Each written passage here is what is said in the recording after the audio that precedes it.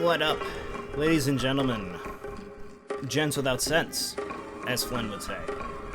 This is Sean, Polar Bear Productions, Daxter5150, you know who the fuck I am. But you might not know what I'm playing. I am playing Dragon for the new game on racism. Nah, to be serious, I'm playing Tradewinds. What is Tradewinds, you may ask? It's kind of a map-based game. I don't know how you describe it. It's kind of like, I don't know, like those old, like Civilization. That's what I'm trying to think. It's kind of like the older Civilization games. It's map-based. And basically, I mean, it is part of a series of games. The first one, it's set in like the Middle East, and then they made this sequel that is set in the Far East. And this was stock on Windows Vista PCs, which is how I learned of the game. Randomly found it in the games section, and I was tired of playing solitaire 900 fucking times and losing. I tried this game out, and I'm like, man, this thing's fucking awesome. I've been trying to bring this to the channel for years now, but it's always been on the back burner, but this time, it is not. We're gonna be doing a little thing, and if you guys like it, then perhaps we will do an LP. Let us know. Anyways, I'm gonna start a new game. Now, you got two modes. You have a career mode, or you have a tournament mode. They're both the same in the fact that you have four characters that you pick from. This is a little different. Career mode is you gotta go through the decades and build your empire, your trading empire, through battle, through trading, smuggling drugs. And then you retire in glory. And then tournament mode is basically you do the same thing in career, except you only have 5 years to do it, and then you post your high score on a server to brag to your friends. I don't know. Well, we're gonna do career mode. Choose your fighter. Douglas McGowan is a hard businessman, and a successful trader who recently fell on hard times. With nothing but determination and a forceful personality, Douglas worked his way from being an apprentice clerk to running his own trading company, which he believes will once again prosper. Until he can prosper, no other captains will sail with him. The only child of the notorious South Sea pirates, Petra Gale, has a gift for getting into trouble. Due to a simple misunderstanding, several mainland authorities have launched a misguided attempt to impound her ship. Running from the law has caused some unforeseen expenses, but luckily, the local moneylender was more than happy to help. After the death of her husband, Madame So stepped up to become the successful boss of a highly prosperous, quote, merchant, end quote, fleet. The Madame has a highly respected reputation in certain circles, and plans to leverage this to expand her operation overseas. And then finally, you got my boy. Gossamer is the most notorious brigand of the Far East, wanted for crimes of piracy in 6 countries. Not much is known about this mysterious figure.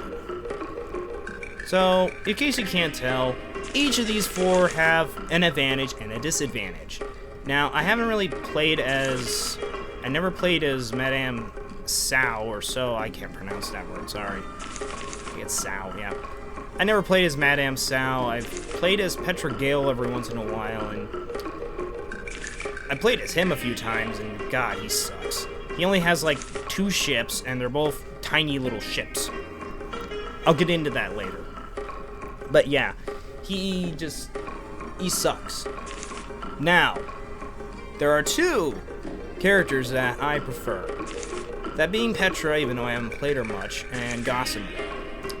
For the sake of simplicity, we'll go with Gossamer. Alright, welcome to Tradewinds, world of sailing and trading and fighting in the mystical Far East.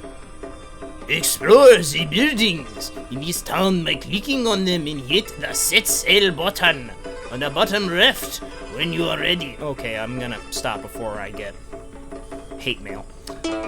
For more in-depth, click more. No. Now, see, this is why I like playing as Gossamer, because you go to the shipyards, which you can repair your ships. This ship, the Black Dragon, is a quote-unquote smuggler ship. Well, see, here's the thing.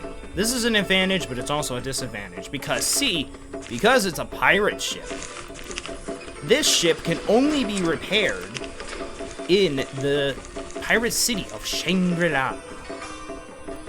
Because if we go to the map, you have the 4 other land countries, which are very racistly named. You have China, or Cha-Ching. You have Korea, or Ten-Chun. Japan is Adaname. Sorry, Shell. And then you have Nepal, which is Lama Sut. This is so fucking funny. And then you have your ranking here. Right now, we have no money in our fucking bank, so we are a beggar. But see, here's the thing. This little floating city of Shangri-La, yeah, this is on water, so it changes location on the map. And it is a pirates-only city, meaning unless you play as either Gossamer or Petra, you don't get this option. You don't get this option. So yeah, playing as Gossamer, you get your advantage, okay, you know. Like I said, you got this ship, the Black Dragon. It's only one ship, you only have 17 cannons. Cannons are important. So you got several locations you can visit. You got the moneylender, who's more than happy to give you money. Which, because I only have 0, he'll only give me 100 gold. Which, I guess, you know, since we're starting out, or actually, no. Do I have anything? No, I have nothing. So you get nothing! And then you have what is the ale house. Here you can get drunk, or, which, if you buy enough rounds of drinks, eventually you might get some nice tips.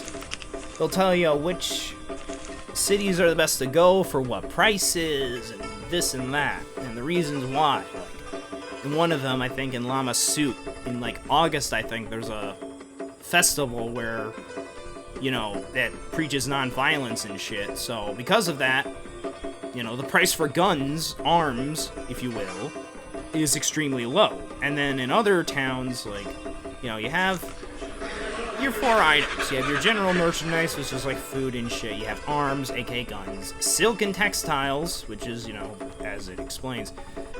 And then you have quote-unquote dream dust. This is basically opium, but they had to keep it PG, just so you know. No, it's not a sleep aid like how little innocent middle school me thought it was. And as you can see, dream dust is, that's your bread and butter.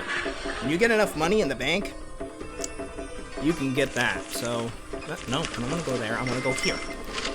So we'll borrow our $100 from the moneylender. See, here's the thing. Mr. Xiao Qian is a very greedy man. You see, now I owe him $100. Well, his interest rate is 10% a month, okay? If you don't pay your debt, it's just gonna rank the fuck up. 'Cause I have $30,000 in credit card debt. So let's see, what can I buy? I can buy some general merchandise. I can buy 1 crate of arms. I can't buy any of these. Well, I guess I'll buy some arms. It's better than nothing. And let's see. And let's go sailing. Ooh! We have pirates. Now this is the combat section. Now, you have 2 options. Well, you have 3.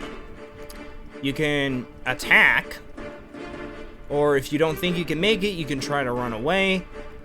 If that fails, you have the option of dumping the cargo, which, now keep in mind, it's 1 turn at a time. It's turn-based here. You know, you fire on them, they fire on you, and the music is fucking lit. Well, okay, we have 2 junk ships. We can easily take these. Because like I said, you have several classes of ships. The weakest is the junk. And look, we got some money. So what do you know? Like, see here, I go to Henry's Shipyards if I want to repair this ship. Well, that's interesting. I guess he doesn't know. Or it's a glitch.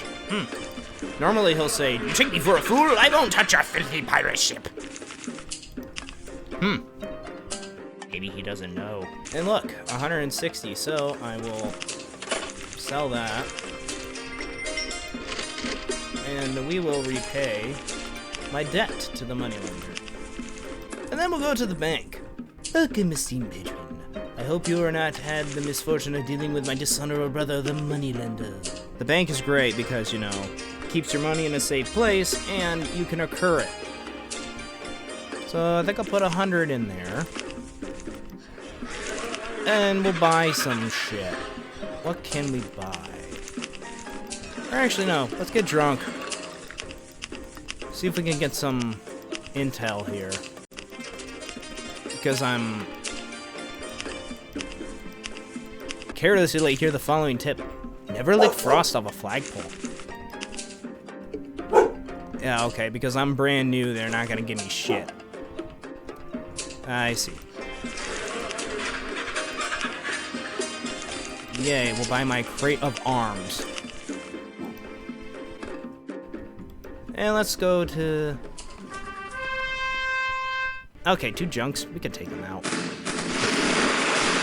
I said, they're the weakest class of ship in the game. Ooh, I got some damage. Oh well. No.